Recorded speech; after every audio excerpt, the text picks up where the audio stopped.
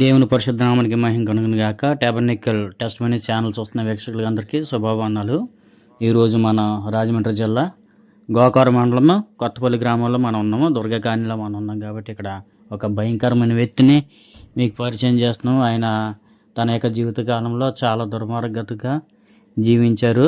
తల్లిదండ్రులు క్రీస్తుని నమ్ముకుని అతని కోసం ఎంతో ప్రార్థన చేయడం వల్ల అతనికి రక్షణ లేదు.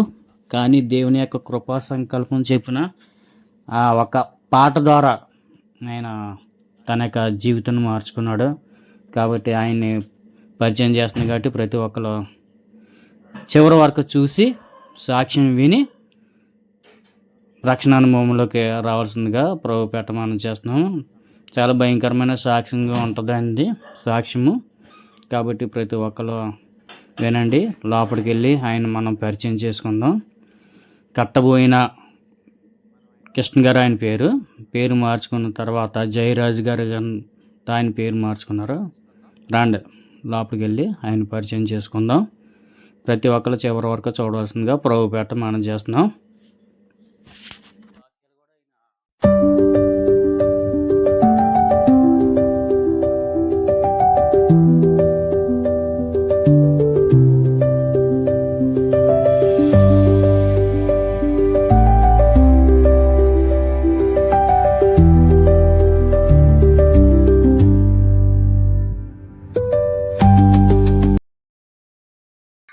దేవుని పరిశుద్ధ నామానికి మహిమ కలుగును గాక.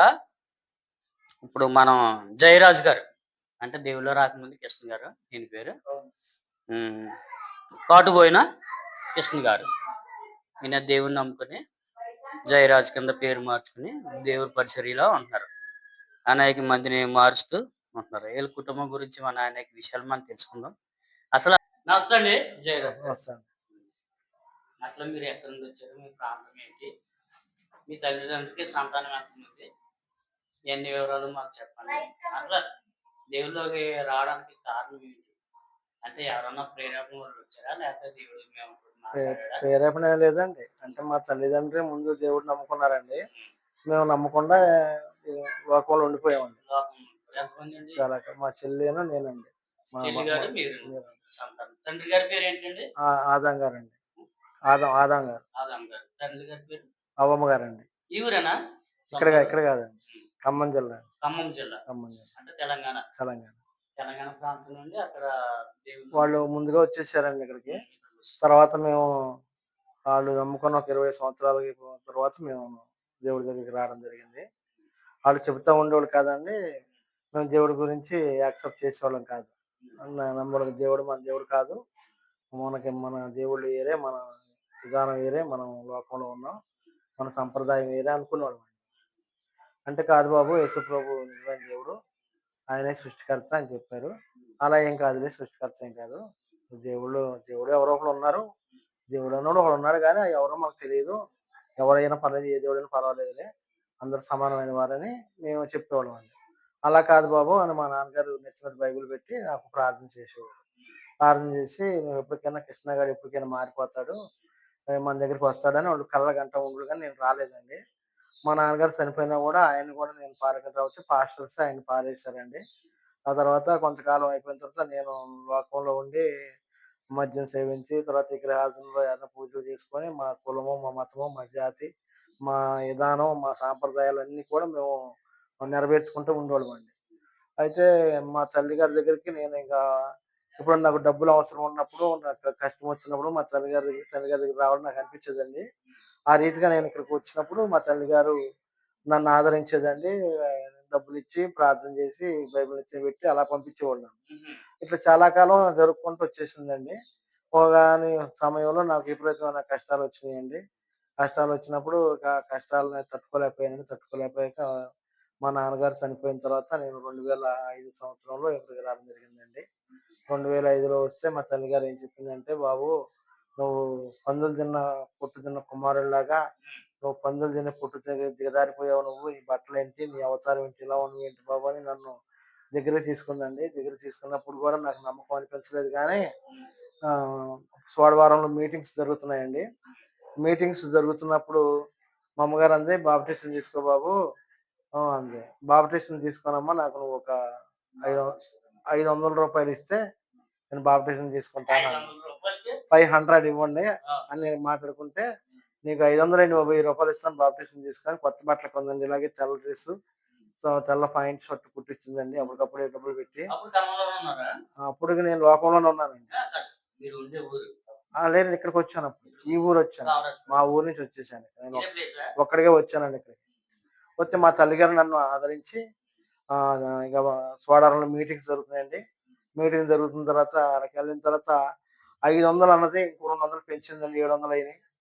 ₹700కి నువ్వు బాప్టిజం తీసుకొని ఒప్పుకున్నాను గానండి.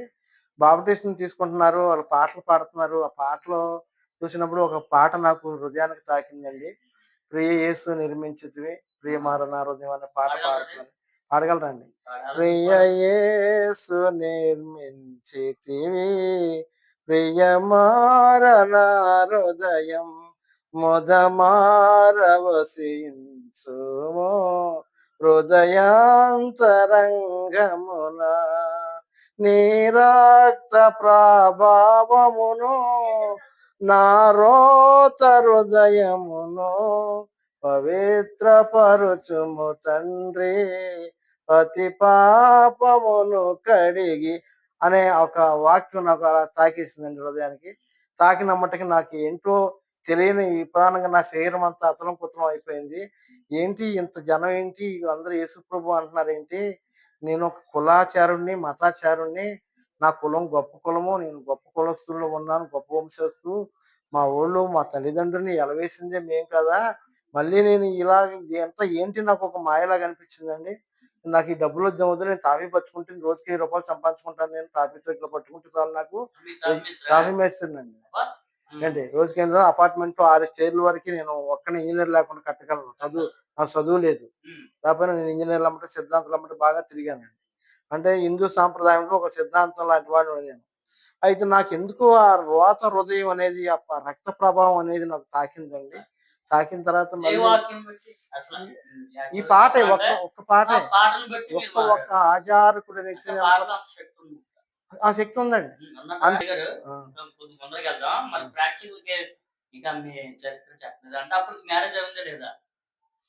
మ్యారేజ్ అయింది గానండి అది సరిగ్గా లేదండి.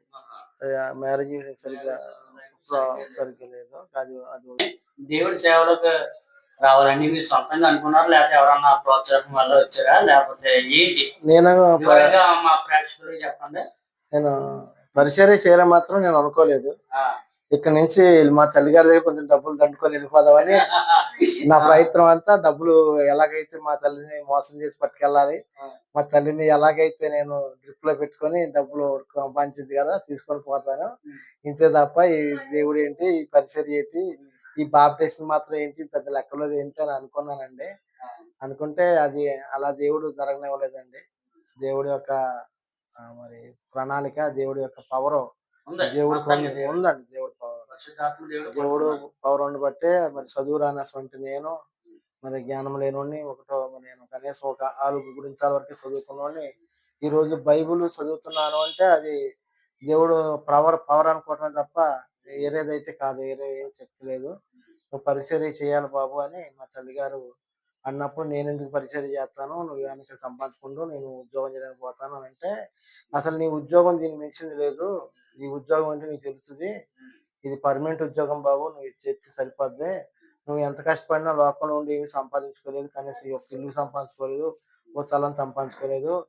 నీ తండ్రి గారు ఈ స్థలం నీదే అని చెప్పాడు. నువ్వు నీ భార్య పిల్లలు నీ స్థలంలో ఉంటారు అని ఆయన చెప్పారు. తండ్రి గారి మాట కూడా కొద్దిగా ఆలోచించుకో అని చెప్పంటే, నేను మా తల్లిగారి దగ్గర మళ్ళీ దుప్పట్లో పెట్టిన డబ్బులు ఒక ₹1000 ఎంతో దొంగతనం చేసుకొని పారిపోయానండి. వెళ్ళిపోయి విజయవాడ ట్రైన్ ఎక్కానండి. జంగారెడ్డిగూడెం దాటిన తర్వాత ట్రైన్‌లో టీసీ వచ్చి పట్టుకున్నాడండి. పట్టుకుంటే ఇట్లాగే తెల్ల డ్రెస్ కుట్టించింది కదా మమ్మ వేసుకున్నాను. నువ్వేంటి దొరబాబులా ఉన్నావేంటి, ఈ దొంగ బండి ఎక్కేవేంటి అని. నేను తప్పిపోయాను కుమారుని బాబు, నేను తప్పిపోయాను ఏంటి, నేను మా తల్లిని మోసం చేసి వస్తున్నానండి. అందుకనే నేను మీ చేతులు దొరికాను. నన్ను జైల్లో వేయండి అన్నానండి. అంటే నేను జైల్లో వేస్తే నాకు ఏమొస్తుంది బాబు, తెల్లగడ్డ మంచివాళ్ళు బాగా మంచివాళ్ళ కనపడుతున్నావు చూపులకు నువ్వు. జంగారెడ్డిగూడెం తాడేపల్లిగూడెం స్టేషన్ వస్తుంది. ఆ స్టేషన్ లో బండి కొంచెం ఆగిద్ది. సడన్ గా నువ్వు బండి దూకే అన్నాడు. ఎమ్మటే దుప్పటి చేతిలో పట్టుకొని పడేను వంట కిందకు దూకేశానండి. దూకేసి ఎమ్మటే మా అమ్మ దగ్గర డబ్బులు తీసుకొని లారీ తీసుకొని అక్కడికి వెళ్ళిపోయానండి. వెళ్ళిపోయిన తర్వాత ఎందుకో నా మనసంతా తీసుకున్న బాప్టిషన్ పైన, ఈ చెప్పిన వాక్యాల పైన, ఈ పాట పైన నా హృదయం ఎంతో గోజాడిపోయిందండి. ఏదో తప్పు చేశాను, పాపం చేశాను. నేను పాపం చేయబట్టే నా జీవితం అంతా ఇంత ఘోరంగా తయారయింది ఏంటని నేను చాలా నికృష్టపడ్డానండి. పడితే మళ్ళీ నేను ఎమ్మటే తిరిగి వత్తానికి అక్కడ నా సామాను తాపీ సామాను, నా వగైరా నా సైకిలు, నా గ్యాస్ బండ పోయిన నా వంట సామానంతా ఉందండి. అయన్నీ కూడా మరి మూట కట్టుకొని ఒక ఫ్రెండు రామారావు అని అతను నాకు లారీ మీద ఎక్కిచ్చి హెల్ప్ చేసి పంపించాడండి. వచ్చేసిన తర్వాత మా తల్లిగారు ఆ తెల్లారి మళ్ళీ నన్ను గుడికి తీసుకెళ్ళిందండి ఇక్కడ కొత్తపల్లి. అక్కడ కొత్తపల్లిలో ఆయన పేరు పరమాత్మ రెడ్డి గారని చనిపోయాడండి. అప్పటికి ఆయన చనిపోయి ఒక 6 నెలలు ఎంతో అయిందండి. తీసుకెళ్తే మాకు గోకార్ నుంచి మా సూపర్వైజర్ అయ్యగారిని చెప్పించిందండి. ఖచ్చితంగా వాక్యం నా కోసం చెప్తున్నాడండి ఆయన. ఇక నేను అనుకున్నాను కదా! మా అమ్మ నా గురించి అంతా చెప్పేసింది. ఇంటికెళ్ళిన తర్వాత మా అమ్మ సంగతి నేను చేయాల్సిందే. ఏంటా అని గొడవ అని అనుకున్నానండి. ఆయన చెప్పిన కాగితం మీద రాసుకున్నానండి. రాసుకుంటే ఆయన చెప్పిన వాక్యం అంతా బైబిల్‌లో అక్కడ రాయబడి ఉందండి. ఇంటికొచ్చి చాలా దుఃఖపడిపోయాను. అయ్యో! నేను మా అమ్మని అపార్థం చేసుకొని మళ్ళీ తిట్టాను నేను. మళ్ళీ నా బతుకు పాపం వైకే మలుతుంది గానీ, నిజాయితీగా నా బతుకు మారదేమో! ఏంటి నేను నిజాయితీగా మారలేకపోతున్నాను ఏంటని ఆలోచన చేసుకొని, ఆ వాక్యం చదువుకోవడం ప్రారంభించానండి. ఆ దేవుడు సేవకులు అయ్యగారు చెప్పిన వాక్యం అంతా గూడా నా గురించి కాదండి. వాస్తవం అయితే నా జీవితమే గానీ, నా గురించి ఆయనకెవరు చెప్పలేదండి. ఆయన అట్‌లీస్ట్‌గా ఆయన ఎగ్జాక్ట్‌గా ఎలాగైతే వాక్యం చెప్తారో అందరిలాగా చెప్పాడాయన. మా అమ్మగారు చెప్పలేదండి. ఆ వాక్యం తీసుకొనొచ్చిన తర్వాత అది నేను చదువుకుంటే నా గుండెకి చాలా అతుక్కుందండి. అతుక్కొని అయ్యో! నేను ఇంతకాలం జీవించిందంతా పాపంగా మందు తాగి పాపాలు చేశాను నేను. ఇలా నేను పాపం చేయకూడదని తెలియజేసింది బైబిలు. ఈ బైబిల్ దేవుడే సత్యమైన దేవుడు. ఈయనే నిజమైన దేవుడు అని అనుకున్నప్పుడు నువ్వు పరిచర్య చేయాలి బాబు అనని మళ్ళీ తెల్లారి మళ్ళీ అదే అయ్యగారి దగ్గరికి తీసుకెళ్ళిందండి. తీసుకెళ్తే ఆయనేమో గడ్డి కుప్ప నూరుతున్నాడండి. ఎకరంలో వ్యవసాయం చేస్తున్నాడాయన. చేసుకుంటూ వచ్చి జయరాజు గారు అని పిలిచాడండి. నన్నెవరో పాస్టర్‌లు ఎప్పుడు జయరాజు గారని ఎవరో పేరు పెట్టి అంత గౌరవంగా ఎవరు పిలిచినోళ్ళు లేరు లోకంలో గూడా. అంటే ఈయన నన్ను ఇంత గౌరవంగా పిలుస్తున్నాడు. ఆయనెక్కడ పెద్ద ఉన్నోడు గదా! నేను లేనోడిని. నేను కూలి పని చేసుకునే టాపీ మేస్త్రిని.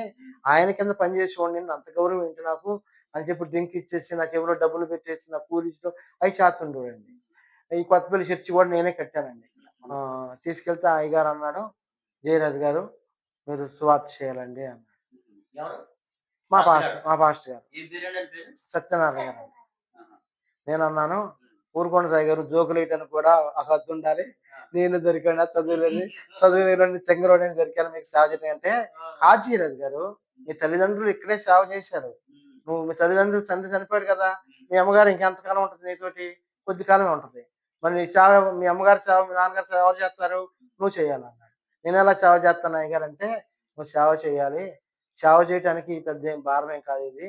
నువ్వు బాప్టిజం పొందుకున్నావు గదా! రక్షణ పొందుకున్నావు.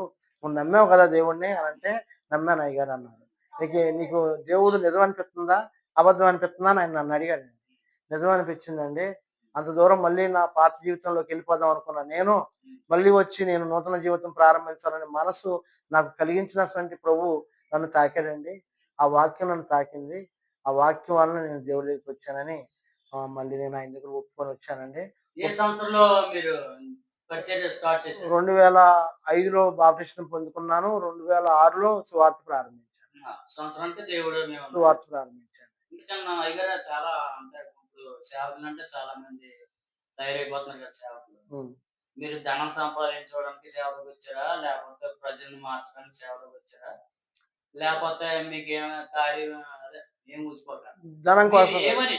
ధనం కోసం కాదు. ఆ! ధనం కోసం. ధనం కోసం కాదు. ధనం కోసం అంటే నేను అట్‌లీస్ట్‌గా ఇప్పుడు టావీ పిల్లల అపార్ట్మెంట్‌లో ఒప్పుకున్నాననుకోండి. హ్మ్. నేను చాలా డబ్బులు సంపాదించగలను. హుహు. 100 మందిని పెట్టి పని చేయించగలను. చేయించుకోవాలి. ఒప్పుకోగలను. ఒక ₹1,00,000 రోజుకో ₹1,00,000 పంచగలను.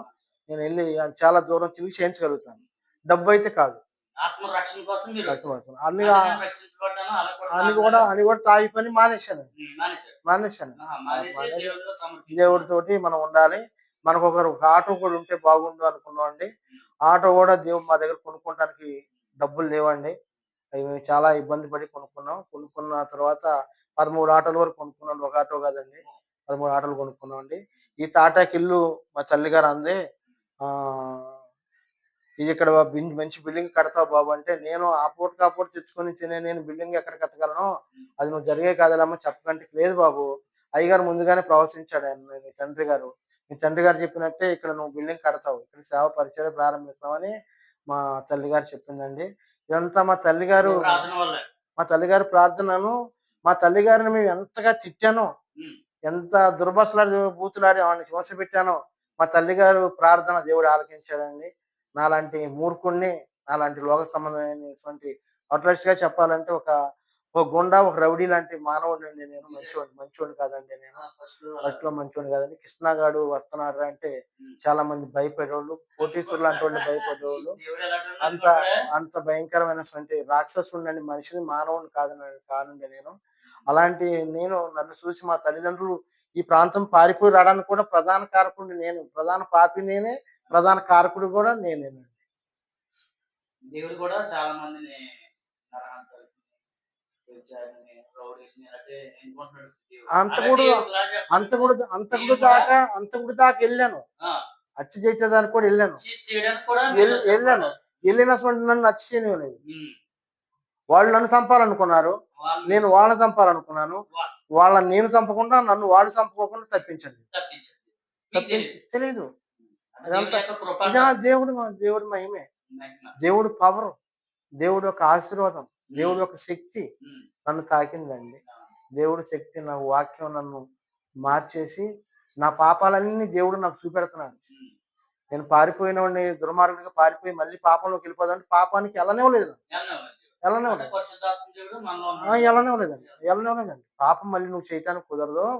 ఇక నేను ఏర్పాటు చేసుకుంటున్నానని నాకు దేవుడు వాక్యం ద్వారా చెప్పిన తర్వాత ఇంకో విషయం ఏంటంటే అయ్యారా మీరు ఒక బాణీలో ఉన్నారు. అంటే డబ్బులు సంపాదన అదే విధంగా తాకుని మీద అన్ని డబ్బులు ఇచ్చి కదా ఉం, మీరు సువార్త సేవలోకి వచ్చేసిన తర్వాత ఏమైనా కష్టాలు పడ్డారా? చాలా కష్టాలు పడ్డాను. ఉమ్. నేను సువార్త సేవ వచ్చిన 2006 సంవత్సరంలో మా తల్లికి ఉమ్. గుండెకి కన్నం పడిపోయింది. హార్ట్‌కి కన్నం పడిపోయింది. నా దగ్గర కనీసంగా ₹10 డబ్బులు కూడా లేవండి. ఇక్కడ జగ్గంపేట సువార్తకి వెళ్ళిపోయి అక్కడ పడిపోయిందండి మా తల్లికి. అప్పుడు మా పేషెంట్ గారు జాతి ప్రసాద్ గారు అని ఆయన దగ్గరికి వెళ్తే ఆయన నాకు సలహా ఇచ్చాడండి. బొల్లేని హాస్పిటల్లో జాయిన్ చేస్తే రాజశేఖర రెడ్డి గారు 1,80,000 ఇస్తున్నారు, బొల్లేని హాస్పిటల్ ఆపరేషన్ చేయించు అన్నారండి.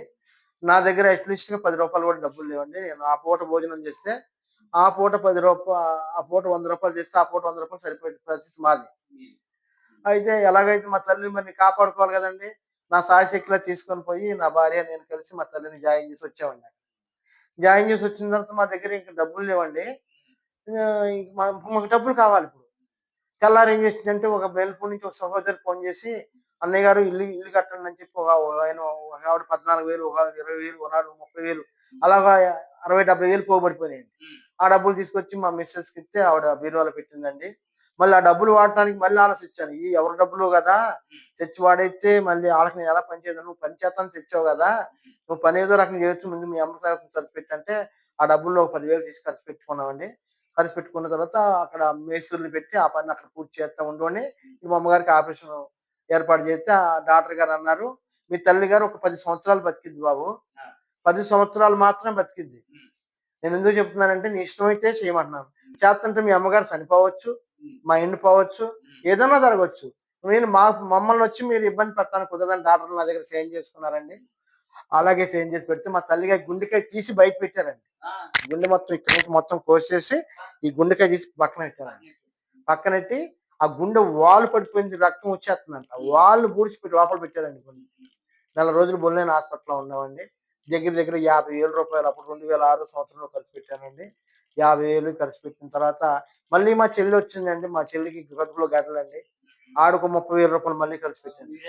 నేనేనండి. చేత్తోనేమో తాపి పని చేయాలి, సువార్త చేయాలి. సువార్త చెయ్యాలి అంటేనేమో తాపి పని చేయకపోతేనేమో ఇంట్లో గడవదు. సువార్త చేస్తేనేమో సువార్త వల్ల డబ్బులు సరిపోవు అని పని చేసుకున్నోడిని ఈ సువార్త చేస్తా ఉన్నాం.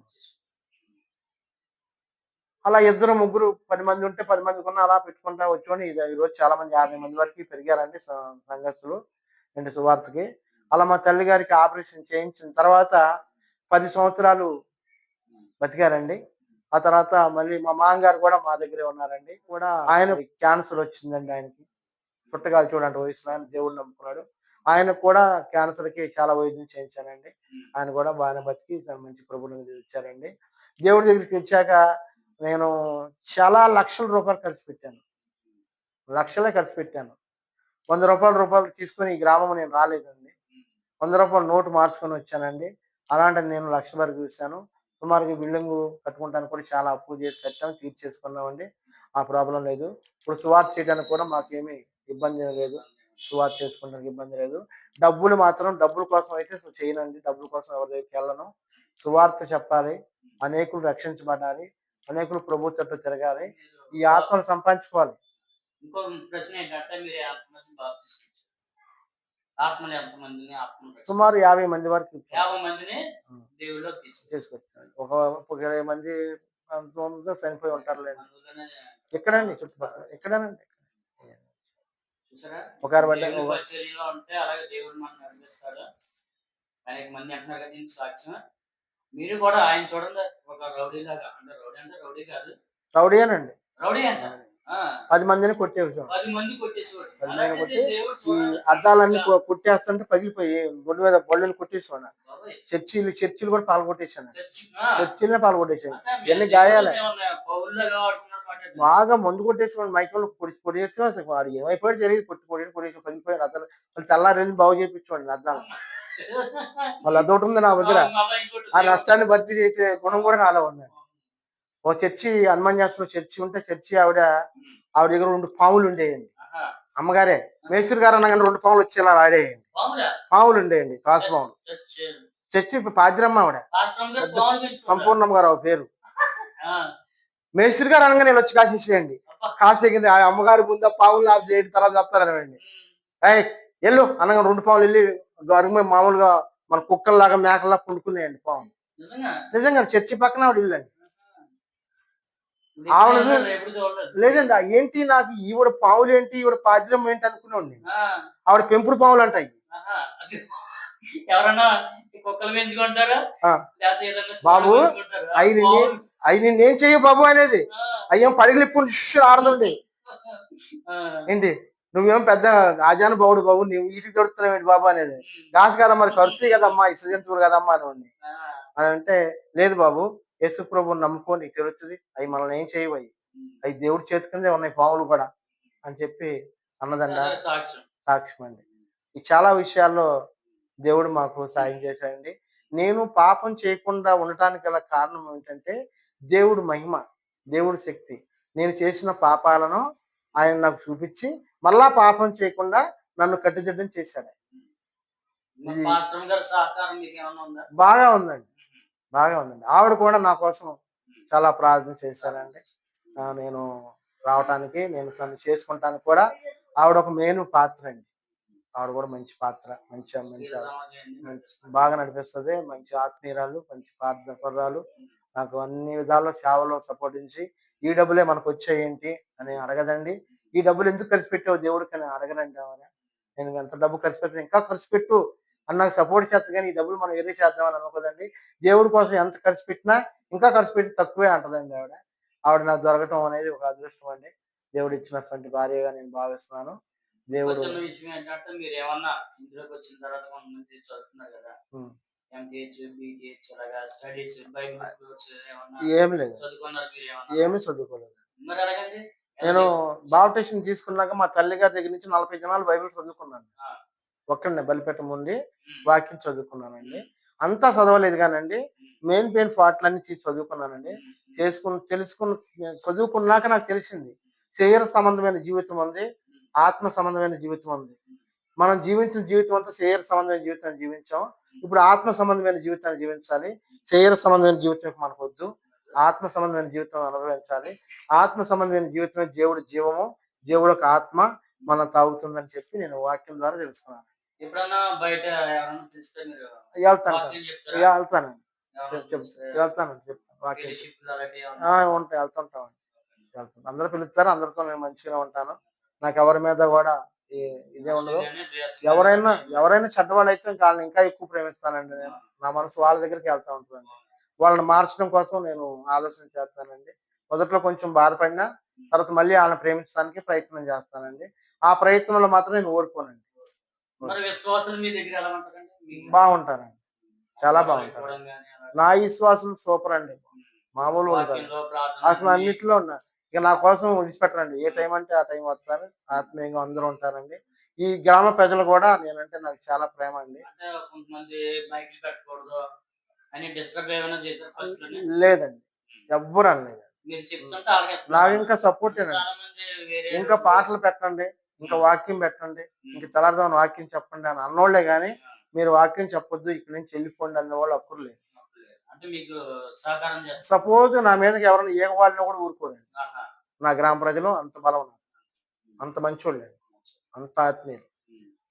మొత్తం నేను అక్కడి నుంచి వచ్చానని నన్ను చిన్న చూపు చూడరండి. ఆ! చాలా గొప్పగా చూస్తారు. గొప్పగా గౌరవిస్తారు. ఈ గౌరవం దేవుడికి చెందాలి, నాది కాదు. అంత గౌరవం దేవుడు నాకిచ్చాడండి. నా గ్రామ ప్రజలు చాలా మంచివారు. చివరిగా మనం చెప్పుకోవాల్సిన విషయం ఏంటంటే, మా యూట్యూబ్ వారు చూస్తున్నారు. టెర్రమికా టెస్టింగ్ ఛానెల్‌లో చూస్తున్నారు. మీకందరికీ శుభవందనాలు. చక్కగా సాక్ష్యం చెప్తున్నారు కాబట్టి జయరాజ్ గారు మీరు వింటున్నారు కదా! మీరేమైనా కామెంట్ ఏమైనా పెట్టాలంటే పెట్టండి. అదేవిధంగా చాలా విషయాలు చెప్పారు అయ్యగారు. మా యూట్యూబ్ ఛానెల్‌లో చూస్తున్న వారికి మీరేం చెప్దాం అనుకుంటున్నారు లాస్ట్‌లో? వారికి కూడా నా సాక్ష్యం వాళ్ళకొక ఉదాహరణ. హ్మ్. నేనొక పాపాత్ముడిని, హ్మ్. ఒక భయంకరమైనటువంటి ఒక రౌడీని. హ్మ్. అనేకమైనటువంటి తాగుడుకి బానిసైపోయాను. ఆ! ఆ తర్వాత అమ్మాయిలకు కూడా దాసుడినైపోయాను. ఆహా! అనేకమైనటువంటి పాపాలు చేశాను నేను. హ్మ్. ఆ పాపాలు చేసిన నేను తెలుసుకుంటానికి దేవుడు నాకు ఒక పెద్ద ఆయుధం. హ్మ్. ప్రపంచంలో నాకు దేవుడు దొరకకుండుంటే నేనేమైపోదునో, హత్య చేద్దునో, హత్య చేయబడుదునో, హ్మ్. చచ్చిపోదునో, చంపబడుదునో ఏదో ఏదో అయిపోను నా జీవితం. నా జీవితం తారుమారు కాకోకుండా ఒక పద్ధతిగా మార్చినటువంటి గొప్ప దేవుడు యేసుక్రీస్తు అంటే దేవుడు. వాళ్ళకి చెప్పండి వాళ్ళకి. అంటే మీరు కూడా వారికి కూడా అదే చెప్తున్నాను. హ్మ్. ఎందుకంటే హ్మ్. ఒక పాపాత్ముడిని మార్చగలిగే శక్తి ప్రపంచంలో ఎవ్వరికీ లేదు. ఒక తాగుబోతుడిని నాశనం చేస్తాడు. ఒక దుర్మార్గుడిని నాశనం చేస్తాడు. కానీ యేసుక్రీస్తు అలా కాదు. హ్మ్. ఒక దుర్మార్గుడిని ఒక మంచివాడిగా చేయగలిగే శక్తిమంతుడు ఆయన. దేవుడంటారు నిజంగా దేవుడు కదా! నిజమైన దేవుడు. నిత్య జీవం ఇచ్చే దేవుడు. గొప్ప దేవుడు. అలాంటి దేవుడిని మనం కలిగి ఉండాలి. దేవుడు దొరకటం వలన నేను పొందుకున్న ఆశీర్వాదాలు ఇంకా చాలా ఉన్నాయి. చాలా. మరొకసారి మీకు నేను చెప్తాను. యూట్యూబ్ చేస్తున్న ప్రేక్షకులందరూ కూడా నాలాంటి జీవితం అనుభవించకూడదు. వాళ్ళు అనుభవిస్తుంటే మీరు మార్పు చెందాలి. యేసుక్రీస్తు ప్రభువుని మీ రక్షకుడిగా అందరూ అంగీకరించవలసిందిగా మీరంటే యూట్యూబ్ చూసి ప్రేక్షకులందరూ అంటే నాకు చాలా ప్రేమ. ఈ ప్రజలంటే ఎంతో ప్రేమ. నేను చెడ్డవాడి దగ్గరికి వెళ్ళకుండా నేను ఉండను. వాళ్ళ దగ్గరికే వెళ్తాను. హ్మ్. ఈ దగ్గర ఈ ప్రాంతం అంతా అన్యజనులు అయినప్పటికీ వారి దగ్గరికి వెళ్తాను నేను. వారు నన్నెంతో గొప్పగా ప్రేమిస్తారు. నేను అలాగే ఇంకోటేంటంటే ప్రేమిస్తాను. మీరెప్పుడన్నా డిస్టర్బ్ చేసారా? అంటే అన్యుల దగ్గరికెళ్ళి ఎప్పుడు ఎవరిని డిస్టర్బ్ చేయలేదు. నేను వాక్యం చెప్పినప్పుడు ఎవరు నన్ను కాదు. కాదనరు. మీరు బయటికెళ్ళినప్పుడు ఎప్పుడన్నా అమ్మ యేసుప్రభు గారు నమ్ముకోండి. ఆయన దేవుడు అన్నట్టుగా చెప్పు ఎవరన్నా వ్యతిరేకంగా మీకు చెప్పలేదండి. చెప్ ఎవ్వరు చెప్పలేదు. నేను నెల నెలా దండయాత్ర చేస్తున్నానండి. ఆ! ఆ దండయాత్రలో కూడా ఎక్కడన్నా ఎవరన్నా ఎప్పుడో ఒకసారి 2013 నుంచి చేస్తున్నాం మేము. హ్మ్. ఈ 2, 3 సార్లు అడ్డుకున్నారు. అడ్డుకుంటే మళ్ళీ వాళ్ళే వచ్చి మారు మనసు పొందుకొని ఎమ్మటే వాళ్ళు వాక్యం చెప్పమని ఆళ్ళే బతిమిలాడిన సందర్భాలు ఉన్నాయండి. ఒకళ్ళు వద్దు ఆ ప్రాంతంలో వాళ్ళు వద్దంటే వాళ్ళకి నమస్కారం పెట్టి, హ్మ్. అయ్యా మీరేమనుకోవద్దు. మేము మంచి మాట చెప్తానికి వచ్చాము అని నమస్కారం పెట్టి, వందనాలు చెప్పి, మీకు క్షమించండి అని చెప్పి మేము వచ్చేసాం. ప్రతి నెల ఎళ్తున్నారా? ప్రతి నెల వెళ్తున్నాం. ప్రతి నెల ఆఖరి మంగళవారం దండయాత్ర చేస్తాం. నా సంఘస్థులు సహకరిస్తారు. నా సంఘస్థులు కూడా డబ్బులు ఖర్చు పెట్టుకుంటారు నాతో పాటు. ఖర్చు పెట్టి మా డబ్బులు అలా దేవుడికి వాడుతున్నాం. ఎక్కడ వ్యతిరేకం రాలేదు. విగ్రహారాధన గురించి ఎవరిని మేమేం అనలేదు.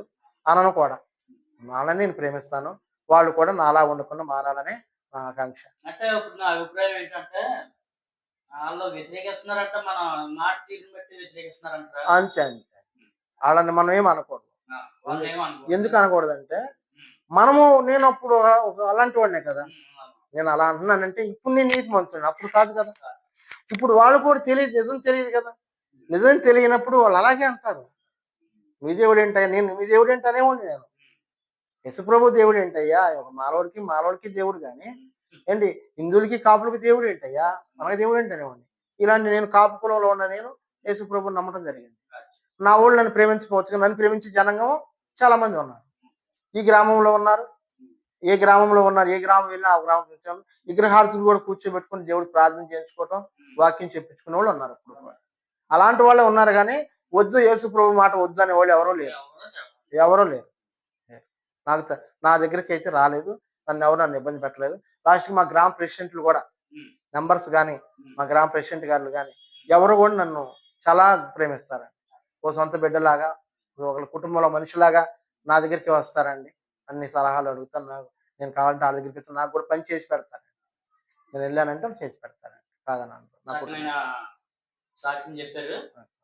యూట్యూబ్ ఛానల్ చూస్తున్న మీకు అందరికీ నేను చెప్పేది ఏంటంటే, సాక్ష్యం విన్నారు కదా, ఆయన ఏ విధంగా మారాడు మీకు అర్థం ఉంటుంది. కాబట్టి మీ మనసు కూడా మారి దేవుళ్ళకి రావాలనేసి కోరుతున్నాను. అదేవిధంగా చక్కనైన సాక్ష్యం చెప్పిన అయ్యగారికి, అన్నారు. జయరాజు అయ్యగారికి ఉన్నారు. పాస్టర్ గారు కూడా అన్నారండి. ఉన్నారు. ఆప్షన్.